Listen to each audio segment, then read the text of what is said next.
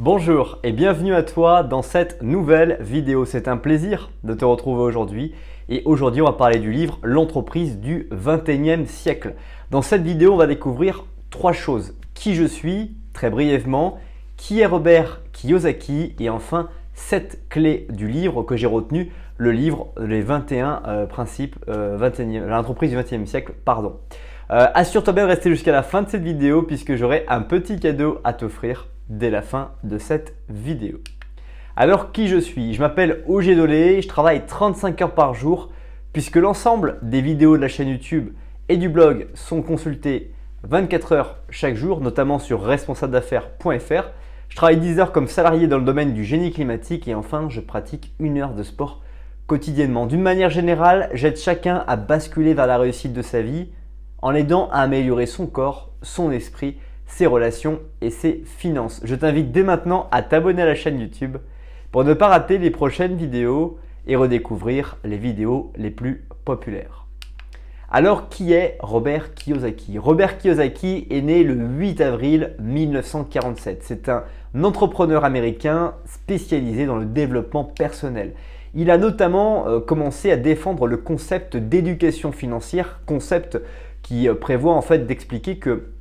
nous n'apprenons pas à l'école à savoir fonctionner avec notre argent, savoir utiliser notre argent, savoir dépenser, savoir économiser ou savoir investir. Et donc il s'est mis à travailler sur la culture de l'entrepreneuriat, comment justement devenir entrepreneur, comment travailler l'entrepreneuriat, la formation commerciale, comment devenir un commercial, comment apprendre à vendre, à dialoguer, à écouter, à échanger avec les autres et enfin aussi la maîtrise des techniques d'investissement qui reste quand même quelque chose qui est très peu enseigné, si peu que nous ne soyons pas traders dans un bâtiment comme le World Trade Center ou d'autres bâtiments à New York. On va passer maintenant aux 7 clés du livre que j'ai retenu à travers la lecture du livre. D'ailleurs, je ne vais pas montrer le livre L'entreprise du 21e siècle. 7 clés, mais juste avant cela, je t'invite à apprécier la vidéo ou à la partager dès maintenant afin de permettre à d'autres personnes de pouvoir à leur tour découvrir cette vidéo. La première clé du livre L'entreprise du 21e siècle que je vais partager avec toi au travers de cette vidéo, c'est de construire son avenir maintenant. Dans le livre, Robert Kiyosaki nous présente justement l'imagination, l'idée de se mettre en marche dès maintenant à commencer à construire son avenir, chose qui est très souvent bâclée, zappée, pas voulu, pas souhaité être considérée parce qu'on préfère finalement dans notre quotidien se dire voilà, je verrai plus tard qu'est-ce que j'entreprendrai, mais je ne vais pas faire ça tout de suite, j'ai des idées, mais finalement je verrai quand est-ce que je peux les exploiter, les explorer, au moins faire une première étape. Et pour Robert Kiyosaki, c'est un des premiers torts que l'on peut observer dans la population, dans les entrepreneurs qui ont un potentiel juste absolument extraordinaire. Comme toi par exemple, tu as un potentiel extraordinaire dans le fait d'influencer, de partager, de profiter, d'amener des connaissances que personne n'a puisque tu es quelqu'un de vraiment unique au monde. Et ce travail justement sur la construction d'avenir est un thème, un principe que j'ai beaucoup apprécié voir s'exprimer et la manière dont Robert Kiyosaki en parle m'a vraiment marqué dans la façon justement de donner envie à la personne qui est lecteur de ce livre d'avoir envie justement de se mettre à construire son avenir maintenant, quel que soit l'âge qu'il a et quelle que soit l'antériorité, le passé qu'il a pu vivre dans sa vie. Deuxième clé que je vais partager avec toi au travers de cette vidéo, c'est de développer des compétences incomparables en leadership. Pour lui, Robert Kiyosaki, le leadership est quelque chose qui doit s'apprendre et qui s'apprend d'ailleurs, qui est une compétence qu'on développe à travers son expérience, les relations qu'on va développer avec les personnes qui sont autour de nous et surtout aussi avec l'avenir, l'entrepreneuriat, les étapes, les projets qu'on va vouloir suivre, les affaires qu'on va vouloir lancer. Eh bien, on va devenir un leader et c'est l'idée de toujours travailler à vouloir s'entourer, découvrir de nouveaux leaders qui vont nous inspirer, qui vont finalement transpirer sur nous et à notre tour commencer à développer ces compétences en leadership qui vont influencer favorablement les personnes qui sont autour de nous. Et ces compétences incomparables, il parle de compétences incomparables, ça veut dire de justement devenir encore plus unique par sa propre personnalité, par l'appropriation de techniques de leadership qui vont bien sûr coller à notre peau, qui vont se formater, se transformer pour devenir vraiment avec notre personnalité des valeurs, des compétences absolument incomparables. Troisième clé que je veux partager avec toi dans cette vidéo, c'est d'avoir un réseau. On parle très souvent que l'entrepreneuriat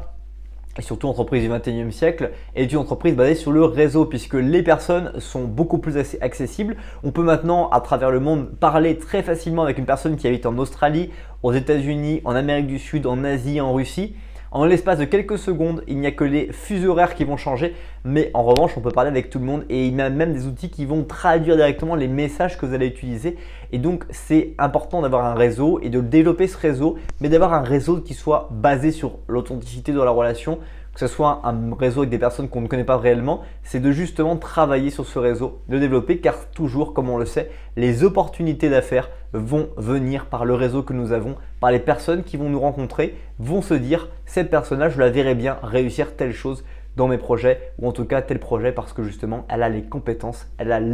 compétences appropriées à ce que je souhaite envisager. Quatrième clé que je vais partager avec toi dans cette vidéo, c'est s'entourer d'amis de valeur. Il y a justement toujours un problème dans la vie, il y a cette idée reçue de penser qu'on va toujours rester avec les mêmes personnes toute notre vie durant, alors que beaucoup de personnes vont choisir des directions différentes, vont choisir des chemins différents. Et nous-mêmes, nous allons choisir à des moments particuliers de notre vie, des moments qui sont absolument différents. Et s'entourer d'amis de valeur, c'est finalement se dire « Ok, j'accepte que les personnes qui sont autour de moi ne soient pas toujours là et ne seront pas toujours là autour de moi. Par contre, dans mes objectifs actuels, je vais avoir besoin de travailler avec des personnes qui sont inspirantes, motivantes et avec qui je partage les mêmes ambitions, le même visage. » C'est pour ça qu'aujourd'hui, dans aussi le fait d'avoir des réseaux, on peut maintenant participer à être dans des groupes Facebook par exemple sur l'investissement financier, sur les sorties culturelles, sur les gestions d'enfants par exemple ou autres. Et du coup avec ces personnes-là, on va avoir une seule idée commune, c'est l'envie de progresser, de s'améliorer, de partager avec d'autres personnes. Et avec ces personnes qu'on va découvrir, rencontrer, pour les premiers moments, on va passer du temps avec eux. On va aussi réussir à construire une amitié durable qui va nous stimuler, nous permettre de vouloir passer au niveau au-dessus. Cinquième clé que je vais partager avec toi, c'était se fonder sur le monde réel. J'observe beaucoup de personnes, et à travers le livre, il l'explique également, qui finalement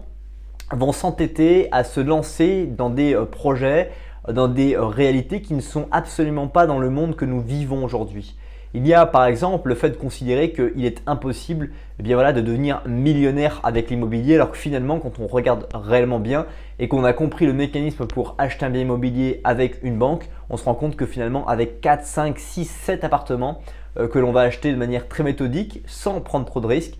qu'on peut déjà devenir millionnaire en immobilier très facilement et que ça demande finalement juste quoi? Ça demande le courage d'aller voir son banquier, le courage d'évaluer des biens immobiliers, d'aller visiter des biens immobiliers, de voir un potentiel et le courage finalement de les acheter, chose que l'on sait tous faire au moment où on veut acheter un appartement pour soi, mais là au lieu de le faire pour soi, on le fait pour investir, pour justement permettre à des personnes de réussir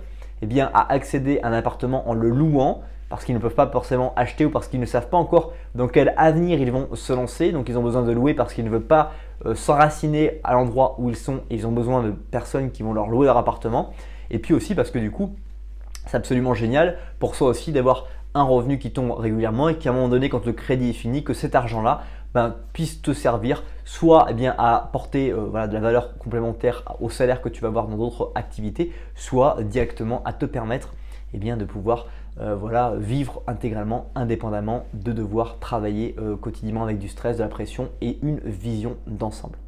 Donc se fonder dans le monde réel, c'est justement travailler sur ses croyances. Qu'est-ce qu'il est réellement possible pour moi de vivre dans cette vie et quel est le monde dans lequel je vis, quelle est sa réalité? Et quand on imagine que la réalité, c'est de ne pas être possible d'être millionnaire si on n'est pas né avec des millions, avec des parents qui avaient des millions, finalement on se dit que c'est absolument impossible. Si on imagine tout de suite que c'est possible, on trouve tout de suite des possibilités et en se posant la question comment je peux réussir à gagner 1 million d'euros très vite, qu'est-ce qu'on se rend compte? On se rend compte que c'est possible et qu'il y a plein d'idées qui nous viennent en tête. Et effectivement, face à ces idées, on va voir qu'il y a du temps, il y a de la fatigue, il y a du stress, mais aussi de l'organisation, de l'intelligence, de la réflexion et de la stratégie. Et c'est là qu'on devient justement passionné par toutes les choses qui nous permettent de réussir à nous avancer, nous amener à réussir à progresser vers là où on souhaite aller.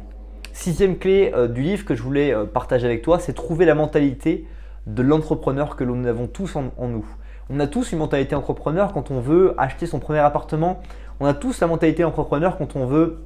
rencontrer la partenaire de vie, quand on veut séduire une femme, quand on veut séduire un homme, on a ce côté entrepreneurial qui nous dit je vais mettre en place des actions pour justement réussir à trouver, à avancer dans mon projet, dans ma vision que j'ai construite Personnellement, voilà, au fur et à mesure d'y penser, en petit déjeuner le matin, en me couchant le soir, en me réveillant le matin, les premières images qui me viennent par rapport à cette vision, je me suis mis à justement découvrir qu'est-ce que j'ai à faire. Et c'est justement trouver cette mentalité en soi, quelle est la mentalité que tu as en toi, la développer, la stimuler qui va te permettre d'avancer, de progresser et de trouver un niveau que tu n'avais pas auparavant. Septième enfin et dernière règle d'or, c'est connaître les règles. Il existe beaucoup de règles qu'il faut respecter, que ce soit par exemple dans un état quand tu vas vouloir investir en immobilier, de respecter les lois fiscales, les lois des impôts qui vont être finalement naturelles puisqu'à un moment donné tu as des choses qui existent qu'il faut respecter. Et puis il y a aussi des règles qui vont t'aider. Par exemple, des règles que quand tu vas acheter un immobilier et que tu vas vouloir l'améliorer en faisant des travaux, tu vas être fiscalement, tu vas avoir des crédits d'impôt qui vont te permettre de ne pas payer d'impôt pendant quelques années, justement parce que tu as voulu améliorer, tu as fait travailler l'entreprise, tu as fait fonctionner l'économie de ton pays. Et par ce travail que tu as procuré à des entreprises, eh bien, finalement, l'État te dit, voilà, tu as permis à maintenir un écosystème autour de chez toi qui est absolument génial et donc en contrepartie tu n'as pas à payer des impôts parce que tu as justement pris des risques pour faire cet écosystème, faire fonctionner cet écosystème, bien que c'est un levier pour toi, mais tu as pris des risques et ces risques on te les récompense avec justement moins d'impôts par rapport à l'emprunt que tu as fait, prendre des risques avec les entreprises, prendre des risques avec l'achat immobilier, prendre des risques avec la banque et tous ces risques là on te les dédouane d'impôts sur des choses à réaliser. C'est des choses que je te partage qui sont existantes et qui ne sont pas des choses absolument fausses. C'est déjà la fin de cette vidéo. Merci beaucoup pour le temps que tu as consacré à regarder cette nouvelle vidéo. Si ce n'est pas encore fait, je t'invite à nouveau à t'abonner à la chaîne YouTube, à découvrir dès maintenant sur la vidéo la dernière vidéo de la chaîne YouTube et l'une des vidéos pour lesquelles tu portes actuellement un intérêt. Et puis enfin, je te propose de télécharger dès maintenant, juste en bas de cette vidéo, 7 défis anti-routine pour sortir véritablement de la routine dans laquelle tu es peut-être aujourd'hui à travers toute la zone de confort que tu as installée et justement l'adaptation au changement que tu as réussi à mettre en place par rapport à tous les projets de ta vie. Passe une très bonne suite de journée et je te dis à bientôt pour une prochaine vidéo.